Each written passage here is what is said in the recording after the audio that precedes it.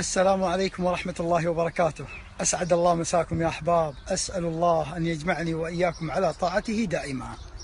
رجل أعمى خطب امرأة جميلة كما وصفت له، ونعتت بأنها امرأة حسناء، وطال أمر الخطوبة، ثم تم العقد بينهما.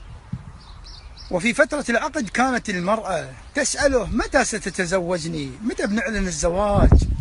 فكان يقول لها: سأتزوجك عندما أراك، لما بفتح وبشوف بتزوجك بإذن الله.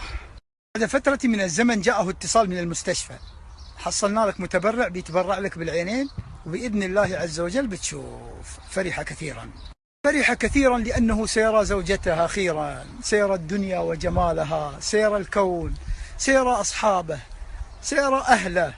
وبالفعل أجريت له العملية، وبعد العملية أبصر كل شيء.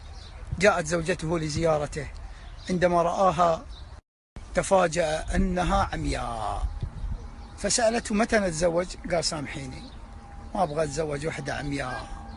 فتبسمت وهي خارجة من عنده، وهمست في أذنه وهي تمشي، قالت: إذن يا غالي، حافظ على عيني التي تبرعت بهما لك. يا الله، ما أقساها من كلمة. كيف سيكون حال ذلك الرجل؟ هي حكمة نريد أن نتعلمها يا أحباب. قد يهتم بك أحد، يهتم بمداواتك، يهتم بألمك، قد يذيب نفسه كالشمع حتى يضيء لك طريقك. فإن لم تكن وفيا ولم تستطع أن ترد الجميل، فلا تكن الشوك الذي يؤلمه أو يمزقه. ما أجمل مراعاة شعور الآخرين. نحن لا ندري كم تألموا لأجلنا، كم صبروا وعانوا لكي يرون ابتسامتهم ولكي يروا ابتسامتنا. لذلك انتبه لكل كلمة، اسأل وتفقد وانظر من هذا الذي قدم لي وضحى لأجلي. ذلك هي رسالة لكل ابن يؤلم قلب والده. أنت لا تدري كم تعب هذا الوالد لأجلك، كم سهر وجد واجتهد حتى يجهز لك ما تريد.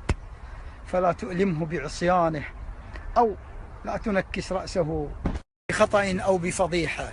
كذلك هو الكلام لك ابنتي، انتبهي، هذا الأب لا بد أن يكافأ ويجازى. وكم من أم تعبت وعانت وسهرت وبذلت وضحت، كيف يكون رد الجميل لها؟ وكم من زوج تألم وتعب وعانى لأجل إراحة زوجته، كذلك كم من زوجة تتعب لأجل زوجها.